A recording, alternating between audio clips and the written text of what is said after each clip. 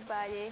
We're very glad to be here. My name is Gabriela Pelin. I'm the Chief Innovation Officer at Avaneer Health. At Avaneer Health, we have a network of payers, providers, banks, and other companies in healthcare that want to work together in order to do what many of you said today. How do we empower the patient? How do we empower the individual to take charge of their health? And also, how do we help the clinicians that really don't need to spend all this time on administration?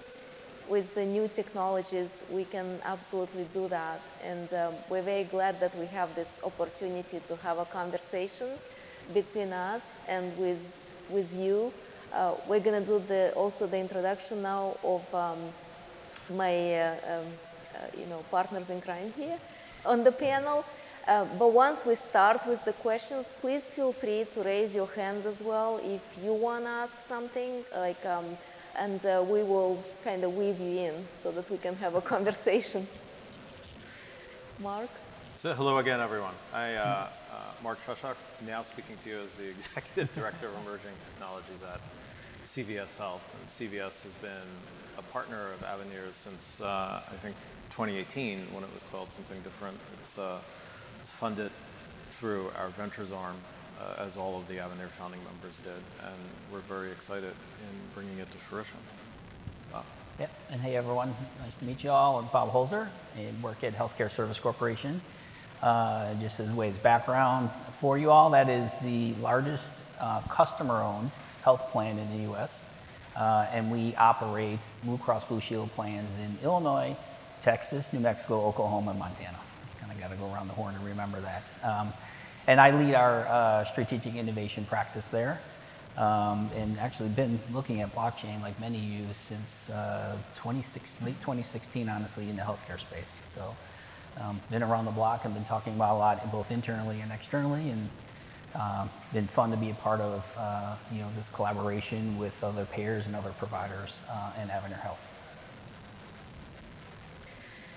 So I first came across a blockchain back in 2019. There was this collaboration that was called the Health Utility Network, and I was working on something else. I was very focused on AI and how can AI help clinicians better treat difficult diseases.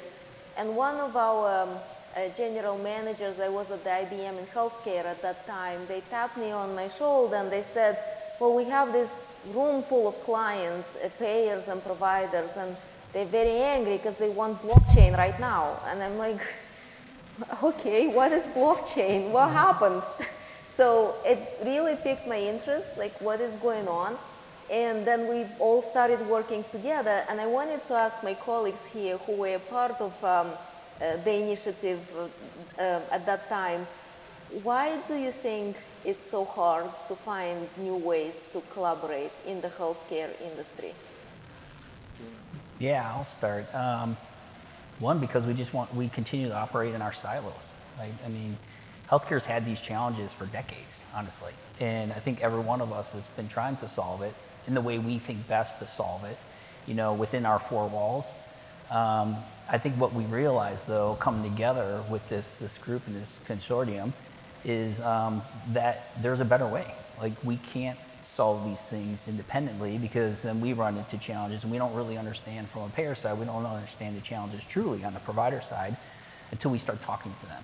And so this afforded us that opportunity to sit at the same table, hear the challenges, each of us is having, and realizing like it's really the same problem, just from a different angle. And we can think differently about it. How do we reimagine healthcare, not in the way that we would traditionally think about it, but in a new kind of, digital transformational type of way. Yeah, and I would say two things. One, I would say corporations in motion tend to stay in motion, and the other is what I'll call the small dollar problem. So that if we have years of momentum behind us around specific ways of solving specific pieces of our business, and it's very hard to get well-meaning folks within our organizations to think differently about that, to change direction, to even consider changing direction. And then that gets me to the small dollar problem. Whenever it is in most large companies that, we're tasked with either coming up with initiatives to reduce cost or initiatives to generate revenue, typically the way these exercises work is a prioritized list comes. The things have to deliver value in 2 quarters or 1 quarter, and the value they deliver has to be hundreds of millions of dollars, right? So if we have a pilot that could cut 90% of the cost out of something, let's say, but it will take us a year to scale it across our business, or it will take us 2 years to get to that threshold, right? These ideas never kind of escape the lab, right? Because they always miss on this prioritized list from that perspective. So it requires leaders in companies, right, to be willing to think differently, right? To say, okay, we're gonna take these top 10 ideas and we're gonna reach down and we're gonna grab these ideas that are profound and incubate them further and let them continue. And I think those are some of the challenges that we see. Well, thank you for that insight. The next question is going to be around trust. And I want to say that the healthcare industry, as many of you know, is notorious in the United States for misaligned incentives. What clinicians and providers want is not the same as what the health plans might want, and it's not necessarily the same what pharma's after and what people after, but it all converges around the person because everybody has to serve the person and their family. But having those misaligned incentives, it leads to the fact that there is not real trust. And Mary opened today, and I think Tori also said that we as people have difficulty trusting the industry today. And the same problem exacerbates between the payers and providers and the pharma companies and other participants in the industry. So how does blockchain help with that? Because it lets us collapse the distance. And I'll give an example between payers and providers. And I'll build on the example I gave earlier. So, earlier we talked about, do you trust your doctor? Or do you trust your physician? I would even ask, do you trust your bill? Right? You go to a primary care office, you have a visit, 6 months later you get a bill. It references something you can't remember, and you're trying to figure out what this is, right? And why you're getting it, right? So things like that, these process inefficiencies contribute to the lack of trust. So with one of the initiatives that we're working on at CVS and bringing to Avaneer, with our partners, is the ability to collapse that distance, to go for a specific set of treatment codes, to conclude your visit and actually get the bill right there in the office, right? So you know how much you owe, and that's completely closed. And that small step, right, even that little thing, improves patient satisfaction tremendously. They trust the process more because they're not getting these cryptic things months later referencing procedures or tests that they weren't even sure that they had. And and the way blockchain helps in that is that it enables the participants, which are providers and payers, to trust each other. So if through Avaneer, if MinuteClinic sends a transaction to HCSC, through blockchain, similar to what was being talked about previously, they'll be able to confirm that it is in fact coming from us, from MinuteClinic, right? And so they will be able to trust that bill, that claim in that case. And as an example, and that speeds up this process, which already takes too long. Yeah, I don't know if I could add on to that. There's this aspirational use case though I want to bring up because I think it's going to help with trust and help it go a long way. And that's so blockchain, as you know, is very good at use case around track and trace. So imagine that in a healthcare setting where I now can go to my doctor.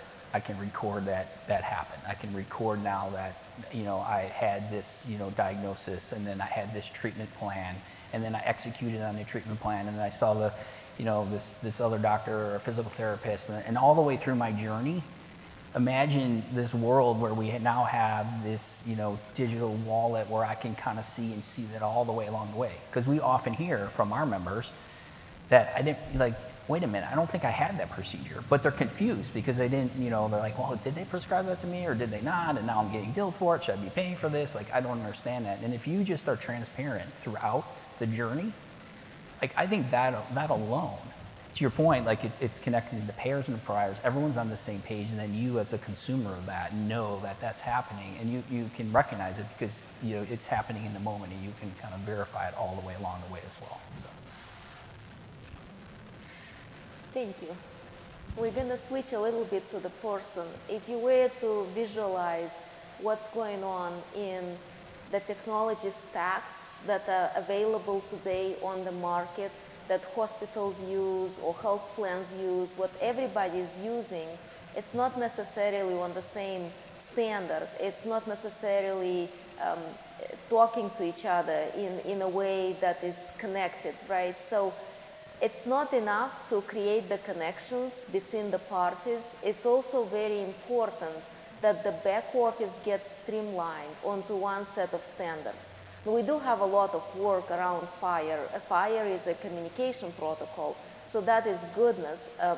But beyond FHIR, we also need to make sure that the technology stacks are somehow standardized in a way, because if we keep having this disconnected, kind of siloed, different technologies deployed in different databases and in different centralization methods and so on, and none of this talks to each other and interoperates with each other in a certain way, then how are we going to help the experience of that individual and their families?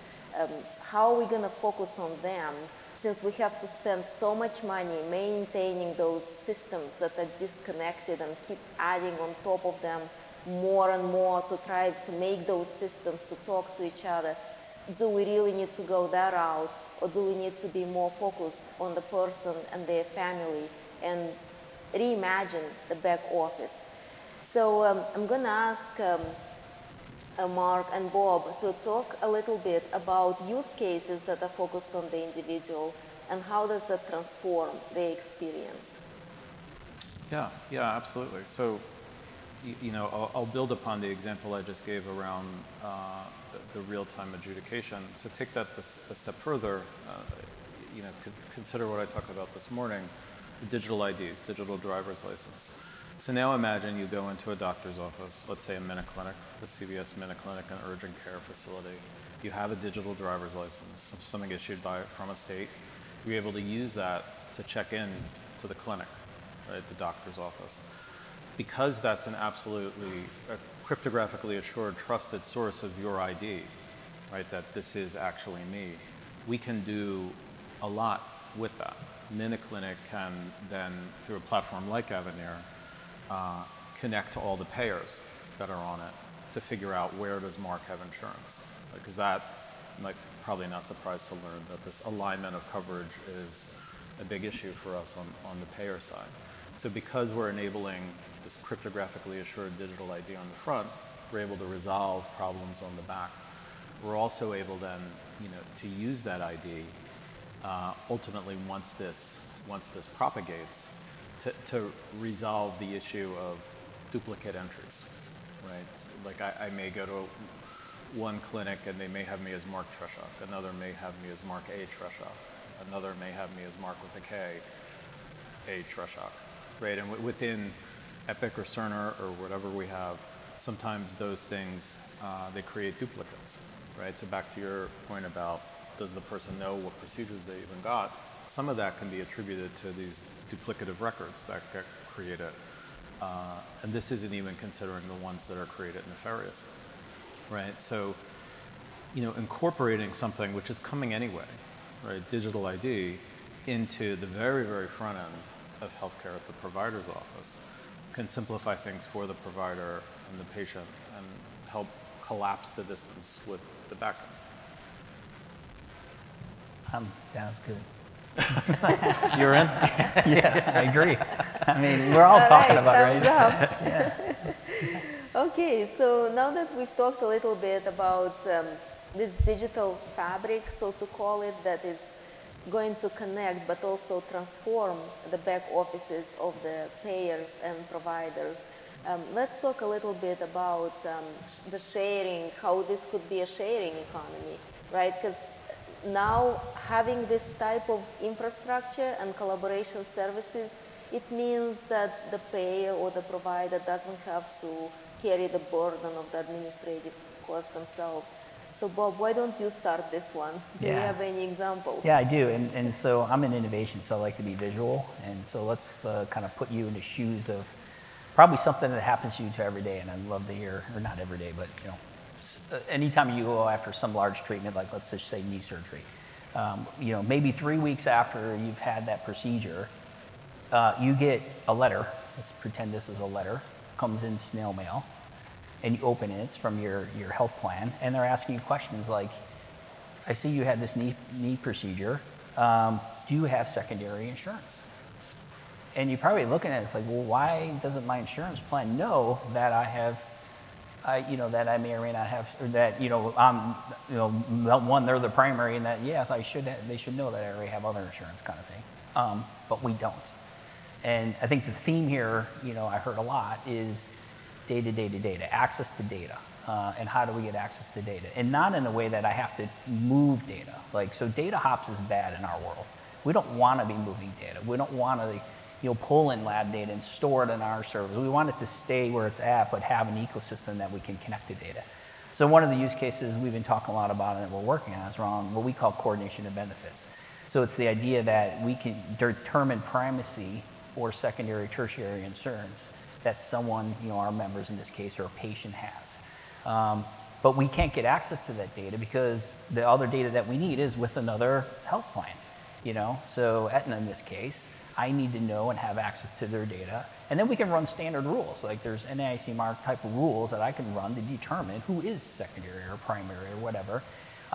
So we're looking at blockchain as a way through the ecosystem and kind of a Firebase exchange to have access to data that doesn't have to move to me, but I can actually run my rules against it because I have permissions to see data that Aetna has and data that I have, and then determine that there is primacy, and then we can flag that. And then Aetna, on their side, can determine that really quickly. And then long term, the provider now can actually properly bill because now they know who primary and secondary is. So they don't have to send the bill to someone they think is a primary, then we get it, and then we pay it as a primary, and then we find out later we're the secondary, and now we got to go recoup all those costs. And the providers are not happy with us, our members aren't happy with us, and so on and so forth. So, that's kind of how we're seeing some use cases that, is impactful not only to our members, but all of our other kind of customers who are in the kind of that journey.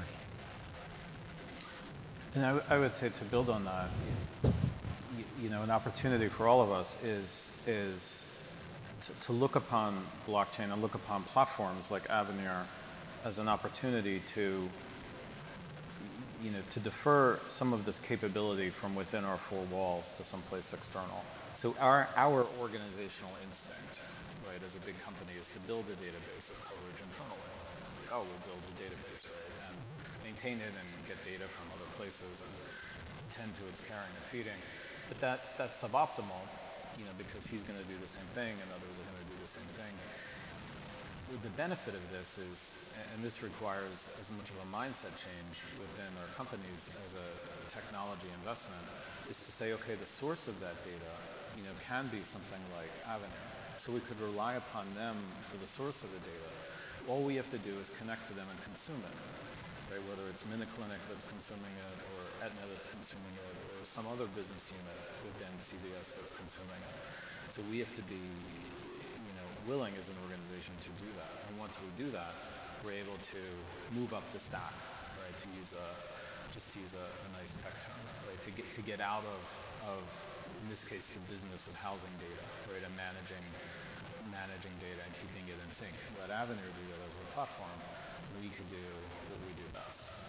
Yeah, and to be clear, not in an HIE kind of way, not a collection of an aggregator of data. This is all about the source of the data is still the source of the data, whether that's Aetna or we're using blockchain as a endpoint verifier to make the connections, and then have pointer hash of where that data is located, and then we're permissioned to see it or they're permissioned to see it. So I want to be clear on that because that's kind of the important part of this. Yes, absolutely. We had a lot of debates of, and somebody presented today and they talked about Web 2.5, where you need to do some centralization before you move to decentralization. And in our case, it was very important for all of our network participants to keep ownership of their data. So although we manage it and we are the operator of the network, we don't actually see the data. The data is just moving between the authorized parties based on the handshake that blockchain provides. So I also wanted to ask you, how does this accelerate digital transformation at your companies? Because many of the people sitting here are going through digital transformation, especially after the COVID. This accelerated a lot. Would you guys comment? I'll build on the example I just gave, right, where it gives us the opportunity to offload some of these tasks to the Avaneer platform itself. Right? Like we don't, in this case, we wouldn't have to build an internal database or data lake to contain this data to house it. If we're able to connect to Avaneer and use this federated model of data sharing. So things like that make it easier for us to make progress, right? It lets all of us kind of go up the stack, right? To think about other problems beyond simply aggregating the data or getting the data that we need to solve the thing that we need, right? The other example I gave around real-time adjudication, that has tremendous benefits for the patient, but it also has operational and financial benefits for us as a company, right? If the individual pays before they leave the office, you can imagine that the write-off rates for that population go down considerably. Just as an example, there are third-party fees that can be avoided because we settle that claim kind of immediately, and that right now in a small way, which will hopefully become a big way, can fuel. It pays for itself. It pays for innovation, right? Because the application is saving money as we deploy it, right? Paying itself forward for continued work. So those are two opportunities. Yeah, and kind of similarly, we think about it. If we're continually making these investments on our internal system, like Gabby likes to say, the back office, but that's not really making the difference. What if we shifted that investment to growing a network like this, because we can make better connections across our other payers, other providers, and then we can focus a lot on the experience. So the digital endpoints and the digital channels that we want to bring to our members, even to our providers in a new and different way, improve that experience, because now we have better access to data that we didn't have before. So that's kind of the way we're thinking about kind of shifting. The dollars don't go away. We need to invest in something, and we want to rather invest in something that has a long-term viability and being successful instead of just trying to solve it all internally. Well, thank you both. Any questions from the audience? All right. So I guess we did a good job. Thank you, Mark and Bob. Thank you. All right, thank you.